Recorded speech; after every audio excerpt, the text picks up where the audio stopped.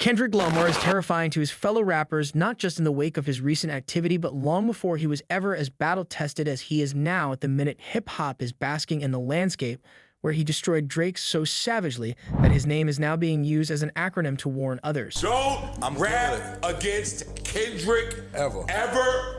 Yeah. You didn't sit home with the fucking BlackBerry or the bum composition book and write acronyms for your own fucking name. But while Drake's defeat at Kott's hands has proven exactly why so few have gone at Kendrick over the years, what is it that makes his reputation so fierce in the first place? Well, there's actually a variety of factors that made it clear to the whole world that Kendrick wasn't a man to try. And this is why rappers are scared of Kendrick Lamar. There's a lot of angles to tackle why Kendrick has such a reputation for being one of the MCs that you just don't attempt to rhyme against.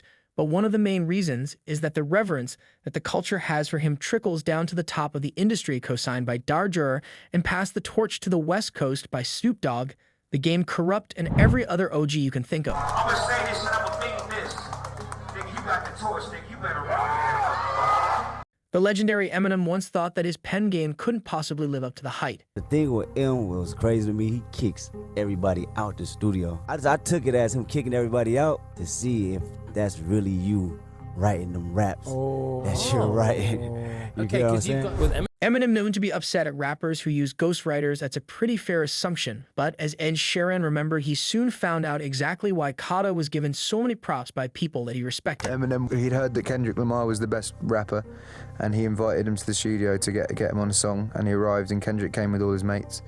And Eminem said, I just want you in the studio, just you on your own. And then my engineer's going to come in and then record you doing it, but your mates aren't allowed in. And then Kendrick did it, wrote a sick verse, and then everyone came in to listen to it. And Eminem said he did it to test Kendrick because he thought he had a ghostwriter, and he then realized that he didn't, and then claimed that he was the best.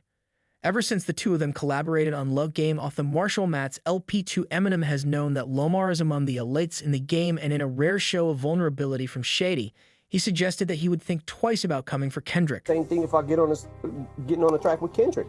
I can never tell what the fuck he's gonna do. Right. Because he is such a chameleon of styles, and he can fucking do pretty much anything, right? And he's so proficient at it, he's so good at it, and you don't know what you're gonna get. That to me is like a top tier lyricist, because it's like you can get your ass kicked in. Besides overshadowing rappers on features, Khan never had to square off with other MCs in the same way that Shady had to in his career, but he always insisted that he had it in him to tear a rapper to shreds. Even after he became a mainstream star, his entire Section 80 campaign basically revolved around the claim that he would kill your favorite rapper. Then on Damn's Element, he issued a warning that all they had to do was say his name and they'll see Candyman.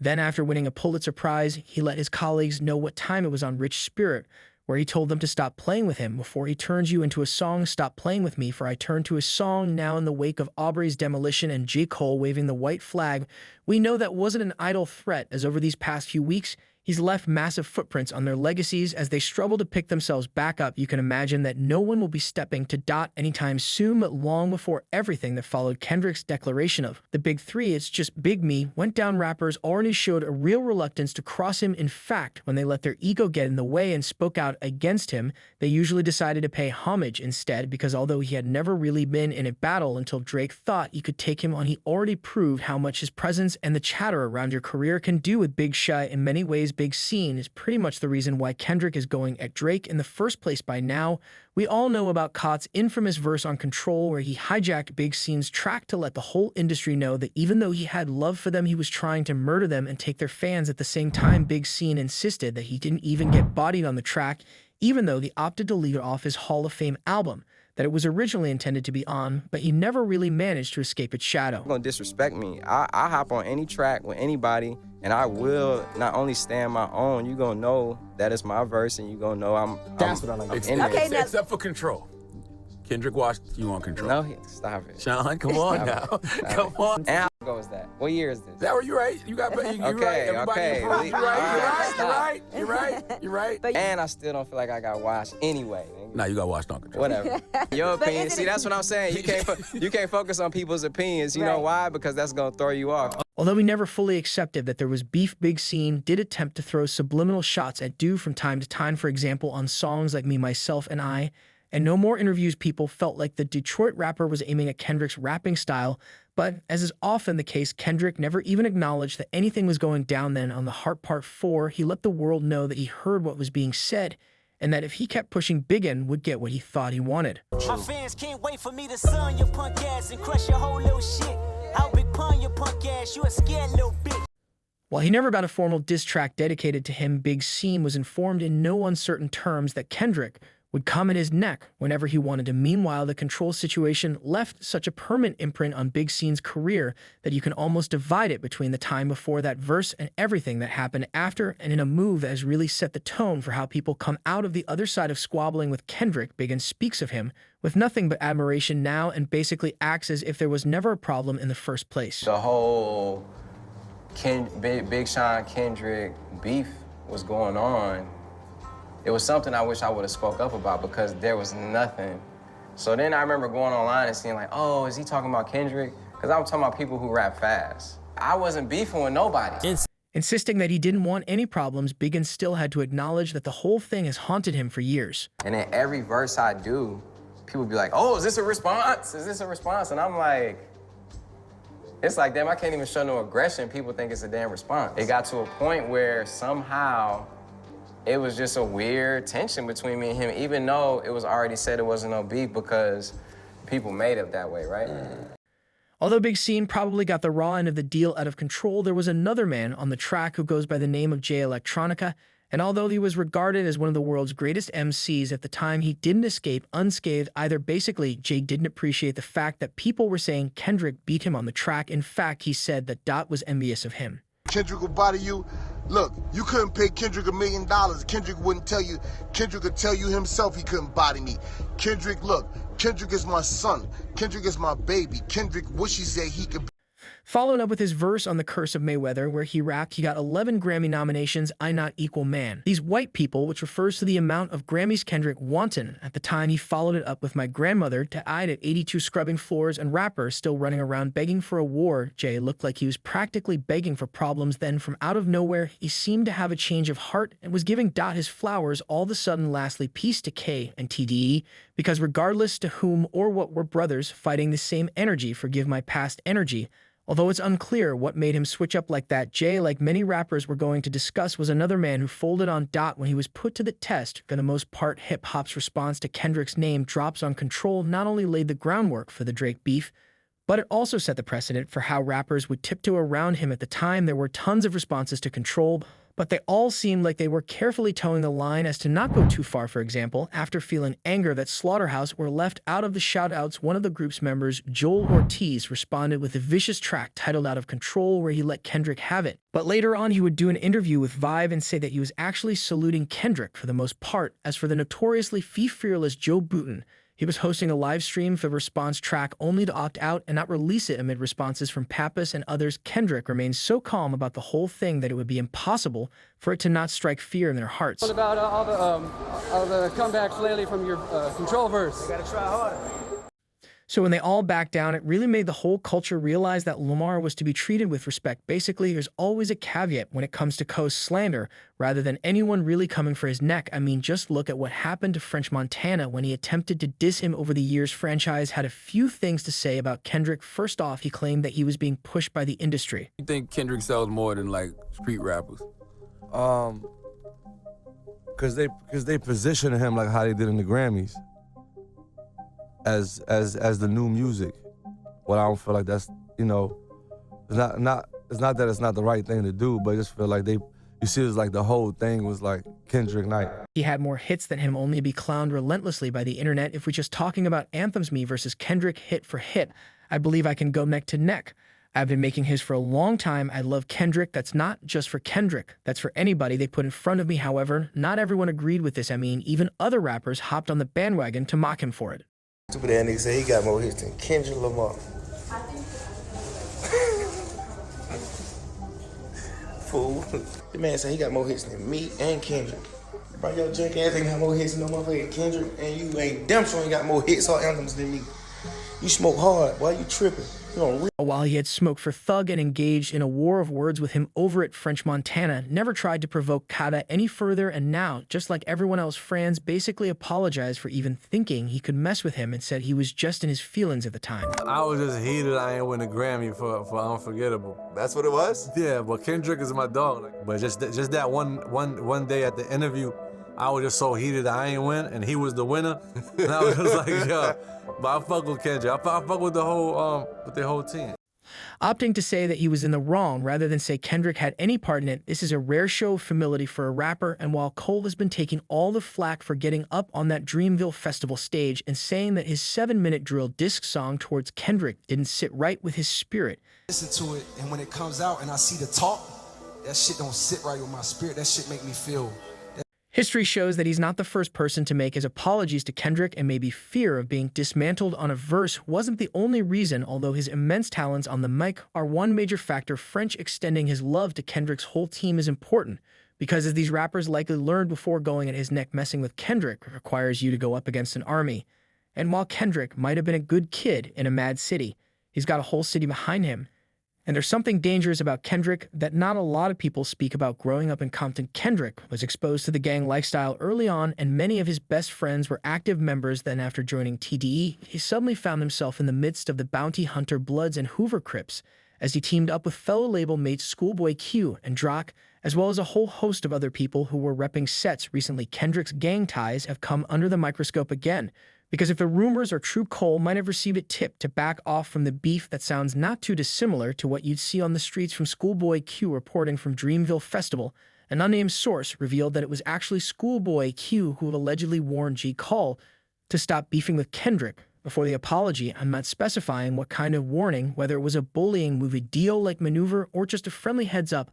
I don't think it matters at this point, but based on what Punch E's president said, I think they gave him what he needed to hear to bow out of the battle with as much grace as possible. Whether he was letting him know what kind of heat K-Do had in store for Drake with the abuse allegations or telling him to ease up before things got dangerous, this whole situation proves that whatever Kendrick is getting involved in, the streets he grew up on have his back. In terms of gangs, Kendrick has long been rumored to have connections to the West Side Pyre in addition to his affiliation to the Red Side of the city. Kendrick also has uncles who are Crips, several of which have served a lengthy jail terms for gang-related activity and armed robbery, and he's still locked in with them to this very day. Does the crew come out every time you come to Compton? Yeah. As a result of his connections, as well as old pictures of Kendrick dressed in red, Drake's recent assessment that he isn't affiliated to his set on his new track Family Matters has been ridiculed by people from Compton, while at the same time respecting Kendrick's desire to withhold that from becoming a big part of his identity. He says you don't bang a set, and he says the game bangs a set, even Chris Brown bangs a set. He just don't know Kendrick. That's what I'm saying. Has Kendrick renounced his hood affiliation at a certain point? Kendrick just don't be private and so priding himself off of his gang culture. So I guess people think that he a non-affiliate. I don't know if we posted, but hey. But obviously, the fact is Kendrick severely downplays gang affiliations. The push-ups was in his hood, wasn't they? The push-ups that you talk about, they at the park. Once again, the clues for Siva having his back have all been there in the music. On Section 80's Man Dreams, Kendrick has a line where he says basically what he's saying here is that he can things with his chest because he knows that he has the city behind him. And when you look close at those videos of Not Like Us going off in the club, you should definitely feel more confident in that than ever. But well, this could be taken literally for the whole state of California. That line may contain allusions to his gang ties. In an interview from back in the day, Snoop Dogg went into more detail about this. It's just that he's a nice guy, so they have a problem with it because he doesn't have a gangster approach. But let me let y'all know, he got 100,000 motherfucking gangsters with him. So y'all better watch what y'all say. You understand what I'm saying? Keep it hip-hop, because that's what he did. He kept it all hip-hop. Because that's what he did. He kept it all hip-hop in spite of the fact that Kendrick hasn't ever definitively said he was a gangbanger. What we do know is that there are times in his life where he moved like one back in the day. You tried to intimidate Ad of the No Jumper podcast and back on Fig because Kendrick thought he was from a rival neighborhood. Hey, you want to know a crazy thing about Kendrick, bro? My first encounter with him, he thought I was somebody else, bro. He low-key tried to press me. Who? Kendrick Lamar. Who do you think you were? Gorilla He Black? from a different hood. I guess some niggas jumped him back in the day. And I came to the studio and he was mad. He was like, hey, you from Almond Block? And I was like, nah, but he was hot. You banged on him back? Where's Almond Block? No, Almond Block is another hood in Compton. And I was like, nah, I ain't from Almond Block. He thought you were lying. And he was like, you is from Almond Block. I'm like, nah, I ain't from Almond Block, I'm over here. He was like, all right, and then we was cool after that. But he was say, mad oh, though. all right. No, he was mad. Yeah, he was mad. Like if I was from Almond Block, he would have got his get back on me. That. From the gang members, which regularly appear in his music videos, the musical appear like mustard, proving that they'll throw away any other relationship to riot for his sea comrade Deuce status as king of the West Coast and everything that entails. It would make anyone think twice before coming at him. But while there was speculation that Kendrick wasn't to be taken lightly, it's safe to say that this Drake battle has made that sea still clear. Although Oyo stands like Ma or academics may argue otherwise, there's no denying that Kendrick washed Drake, bearing the music itself. The fact that he overthrew Drake's record for the Highest Dreams Sprite rap song in a day with a track where he calls him a sex offender, it's just diabolical. And now fans are waking up to the fact that he just wasn't to be messed with. I knew Kendrick Lamar was a dude that needed to be left alone. When that video of him doing burpees in a parking lot while listening to Olds dropped, something is clearly wrong with him. Look at this. His willingness to take a rapper out aside what's happening to Drizzy these days further explains to why he wasn't challenged before now, because while people have been throwing jabs at Drake for years, it doesn't matter if they don't hit the general public. But with Kendrick, you have a rare mix of someone who isn't just obscenely skilled, but also has the platform to slander you and reach huge audiences. It's the fear of embarrassment. He's a better rapper than almost everyone in the industry skill-wise. He can do both mainstream and underground style music, when most artists just choose one and never change you, because he can immortalize you in a negative light in the form of a classic hit. If you needed proof that this is a real thing, just look at this school teacher's comments about the change in tone around Drake in the wake of Not Like Us dropping. Up until today, I taught at a very Drake-centric high school. Rich Baby Daddy is the most frequently requested song to put on my class playlist. If I ask students what they're listening to in their headphones, Drake. The week after the leak was a nightmare. But today I walk in and I can feel that there has been a tectonic shift. Oh my God. This is a Kendrick school now. I polled my classes on what they thought and they were ready to throw down for Kendrick. I had like one Drake defender in each class, if that. And honestly, I feel bad for those kids because they were getting screamed at. As people move to the sides, he has even hit Drake in his pockets. According to Billboard, from May 3rd to May 6th, Lamar's discography earned around 50 million streams, up 49% from the previous Friday to Monday tracking period. Meanwhile, Drake's overall catalog is actually down when you similarly compare his streams from that weekend to last weekend, and removed his two streaming available response tracks, Push Ups and Family Matters. Although Kendrick won't overtake Drake's streaming numbers as a whole, what is clear is that Kendrick's versatility has proven to be a weapon, and as Eminem suggested earlier, one of the reasons why it's not advisable to test him. You go through all these records, from Like That to Euphoria to 616 in LA to Meet the Grams to Not Like Us, none of those records sound the same at all. It's the widest range I've ever seen in the amount of time in any diss battle ever.